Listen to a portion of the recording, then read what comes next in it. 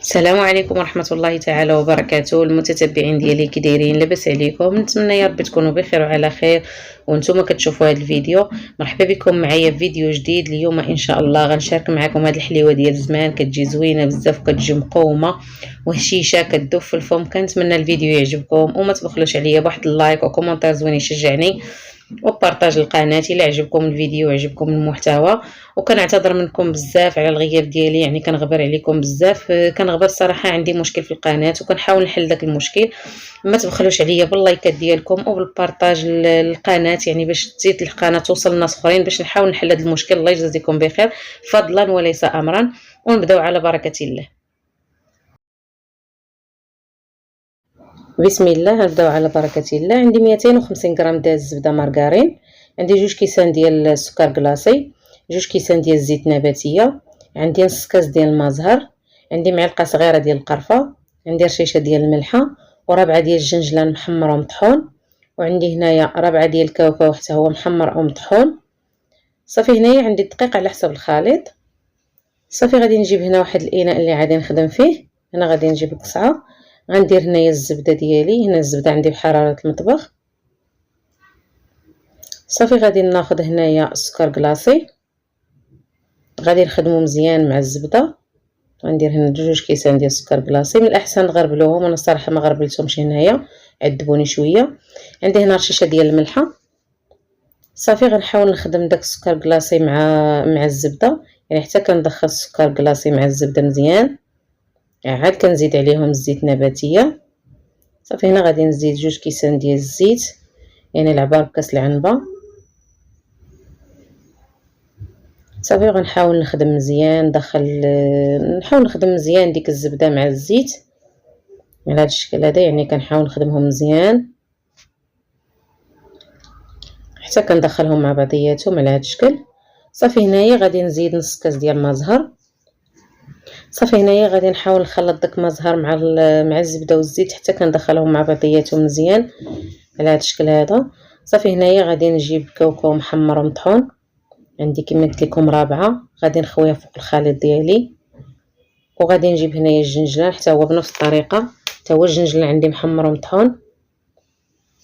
صافي غادي نخلطهم، وغادي نجيب ديك معلقه صغيره ديال القرفه حتى هي غادي نزيدها. بالنسبه للقرفه عندي مغربله، يعني حاولوا دوزوها فشي صفاي اولا هذا باش ما كيكونش فيها دوك الطريفات. صافي غادي نخلط هنايا، نحاول نخلط مزيان داك الكاوكاو والجنجلان حتى كيتخلطوا لي مزيان. هنا غادي نزيد الدقيق بشويه بشويه، يعني الدقيق ما كنديروش دفعه واحده. بالنسبه للدقيق هنايا عندي كيلو ديال الدقيق، ولكن ما غاديش ندخلو كامل. صافي غادي نبدا نجمع شويه بشويه على هذا الشكل هذا. انا كنجمع غير، المهم الدقيق ما كنديروش دفعه واحده باش ما كتقصحش لينا العجينه، كنحاولوا نديرو شويه بشويه حتى كنوصل للقوام اللي حنا بغيناه. صافي هنايا غادي نزيد هاد الكميه هذه وغنحاول نجمع العجينه ديالي. بالنسبه للقوام تاع العجينه هو هذا. صافي ملي كتجمعوها هكا في يديكم كتلقاوها مزيانه. صافي كنخليوها. صافي هنا غادي نغطيها ببلاستيكه باش ما تنشفش ليا العجينه. بالنسبه للكميه ديال الدقيق دخلت ليا 850 غرام ديال الدقيق، اللي شاط ليا من كيلو ديال الدقيق. صافي هنايا غادي نجيب واحد الميزان باش نديرهم حجم واحد. هنا كندير فيهم 20 غرام. صافي كنحاول نوزنهم كاملين، يعني هذه كوموند ديال السيده خاصها تجيني قد هذا هو علاش كندير الميزان. اما اللي بغى يدير عينو ميزانو. صافي هنايا كنحاول نعبرهم كاملين، كندير فيهم 20 غرام 20 غرام. غادي نستمر هكا حتى ندير واحد الكميه لا باس بها، وديك الساعه ندوز باش نشكلها. صافي المهم كنبقى نوزنهم على هذا الشكل هذا كما قلت لكم 20 غرام حتى ل 22 غرام. بالنسبه لي انا هنا العبار درت فيه 20 غرام، اللي بغاهم يكونوا كبار من هكا يدير فيهم 22 غرام. صافي هذا هو حيت هي ما كتزادش بزاف هاد الحلوه، ما فيها لا خميره لا والو. صافي هنايا غادي نبدا نشكل الحليوه ديالي. هنا من بعد ما كملت العدد اللي بغيت، هنا غادي نبدا نشكل الحليوه ديالي على هذا الشكل هذا على شكل هلالات، وغادي نبدا نستف في اللاطه. بالنسبه للاطه يعني الحلوه فيها الزبده، واخا ما دهنوش الا ما كانش اللاطه كتلصق. الا كانت كتلصق غديروا فيها واحد طابي كويسون. صافي هنايا انا كنحاول نديرها على هذا الشكل هذا على شكل هلالات كما قلت لكم، وكنقادوها هكا. صافي وكنزل في اللاطه كنقاربهم شويه مع ما كيتزادوش بزاف في الفران على حساب ما فيهم لا بيض لا خميره لا والو. صافي كنحاولوا نقادوهم على هذا الشكل هذا وكنعطيوهم شكل ديال الهلال وكنصفوا في اللاطه ديالنا. صافي غادي نستمر بهاد الطريقه هذه حتى نكمل الكميه اللي عندي كامله على هذا الشكل. المهم كتحاولوا تقادوهم ما كيجيوش غلاضين بزاف وعاوتاني كذلك ما كيجيوش رقاق. صافي غنستمر بهاد الطريقه هذه حتى نكمل الكميه اللي عندي كامله وندوز نشعل الفران باش نطيب الحلوه ديالي.